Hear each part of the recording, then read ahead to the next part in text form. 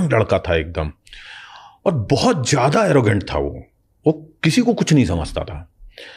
उसने हाजी मस्तान और उस वक्त के जितने भी तमाम गैंग लीडर्स थे उनकी सबकी हवा निकाल दी थी अकेले बंदे ने। हालांकि उसमें उसको भी बहुत खामियाजा भुगतना पड़ा, अपने बड़े भाई की जान उसकी गई, और उसके बाद में उसने जो ब्लड शेड किया वो तो कमाल का है, दुनिया उसके बारे में सब जानती है। उसने ऐसी स्थिति कर दी कि एक वक्त में जो हाजी मस्तान के लिए रोड सरफेस ट्रांसपोर्टेशन गोल्ड का करता था वही उसके सिर पे आके बैठा। और अगर कोई व्यक्ति आकर के शिकायत कर देता था कि अरे तो आपके लड़के मुझे तंग कर रहे हैं या आप मुझे परेशान कर रहे हो, मैं हाजी भाई को शिकायत करूंगा।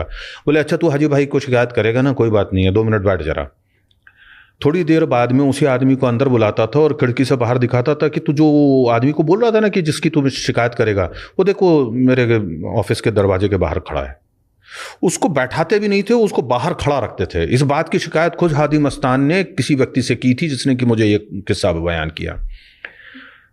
तो वो आदमी तो बेचारा पजल हो जाता था, जो दाऊद गैंग के लोग बोलते थे या दाऊद बोलता था वो उसको मानने पर मजबूर होना पड़ता था, क्योंकि उस वक्त का जो फरिश्ता था हाजी मस्तान, वो उस वक्त वहां पर पानी भर रहा होता था। क्यों? क्योंकि डर चुका था, वो दाऊद से बूढ़ा हो चुका था, उसकी पूरी ताकत जा चुकी थी। और दाऊद इब्राहिम जो है वो गुस्सैल था, किसी को भी मार देता था। उसने हमीद को मारा, उसके बेटों को मारा और वो सब किया। दिलीप अजीज थे, उनके बेटे हमीद और एक और था, उन लोगों को ऐसे मतलब कत्लेआम मचा रखा था उसने। तो उस वक्त में इसको ये जब लग गया कि हाजी मस्तान को कि भाई अब ये सब धंधा समेट करके और पीछे हो जाने का वक्त है, और उसी समय में आपके इमरजेंसी आई और उनको जेल जाना पड़ा। जेल गए तो उनको लगा कि भैया अब तो कहानी ख़त्म हो गई है।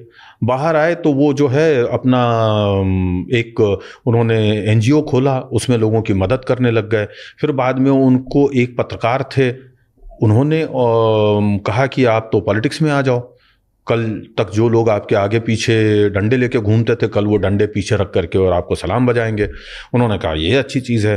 तो वो ऑर्गेनाइजेशन जो है उसको छोड़ करके एनजीओ को, और उन्होंने फिर दलित मुस्लिम माइनॉरिटी महासंघ के नाम से एक पॉलिटिकल पार्टी स्टार्ट की।